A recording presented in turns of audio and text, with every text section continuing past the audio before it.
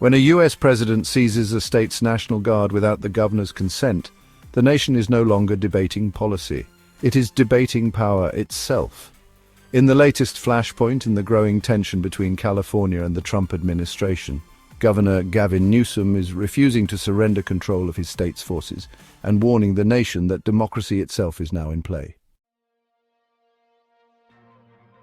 The crisis began with reports of Immigration and Customs Enforcement conducting raids on immigrant workers in Southern California, including a highly visible series of sweeps targeting day laborers at local Home Depot locations.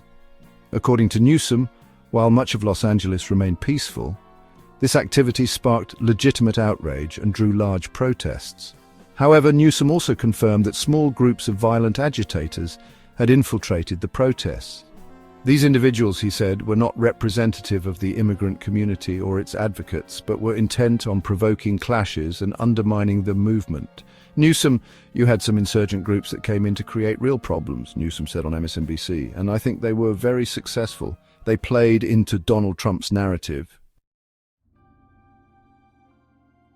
In response to the unrest, President Trump announced that he had federalized the California National Guard, meaning that state forces would now report directly to the president, not to Governor Newsom.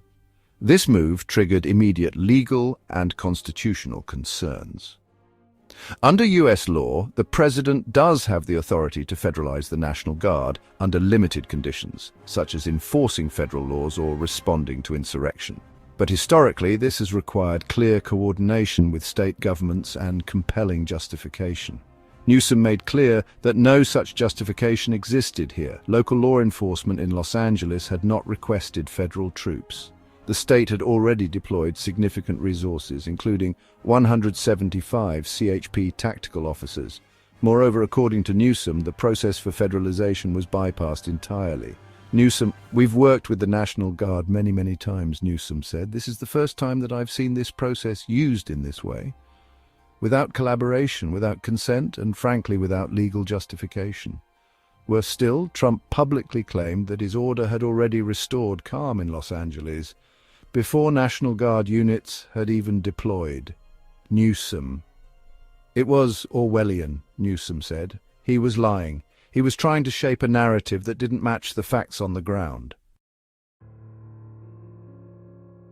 The Trump administration argues that its actions are justified under federal law, but Newsom and California's legal team strongly disagree.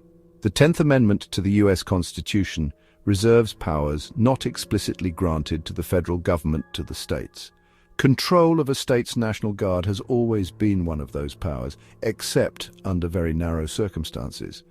Additionally, Department of Defense protocols and decades of legal precedent require the president to coordinate National Guard deployments with the governor of the affected state, precisely to avoid turning military forces into political tools. Newsom announced that California would challenge the federalization order in court, calling it unconstitutional as it violates the principle of state sovereignty, illegal under both federal law and Defense Department rules, immoral as it exacerbates tensions rather than de-escalating them. According to Newsom, Trump's actions are not about public safety, they're about political optics.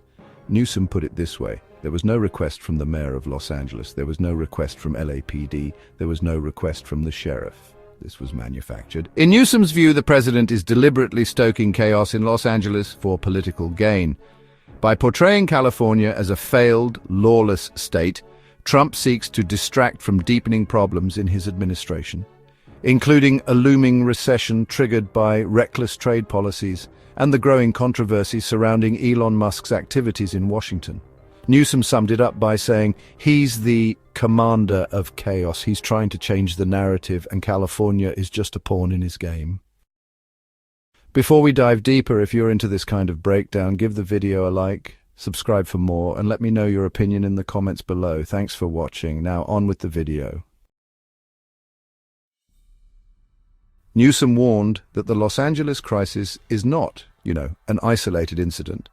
It's actually part of a broader authoritarian pattern by the Trump administration. He cited several recent examples: threats to cut federal funding for universities based on ideological content, efforts to censor historical education and rewrite public narratives, threats to remove federal funding from cities that refuse to implement federal immigration policies, and efforts to intimidate and undermine the judiciary.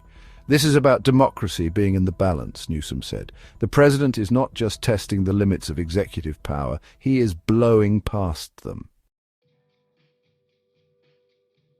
California is preparing to fight the federalization order in court. The outcome of this legal battle will have honestly profound consequences, not just for California, but for every state in the union. If Trump's order is upheld, it could set a dangerous precedent, allowing future presidents to seize control of state military forces without proper justification or oversight.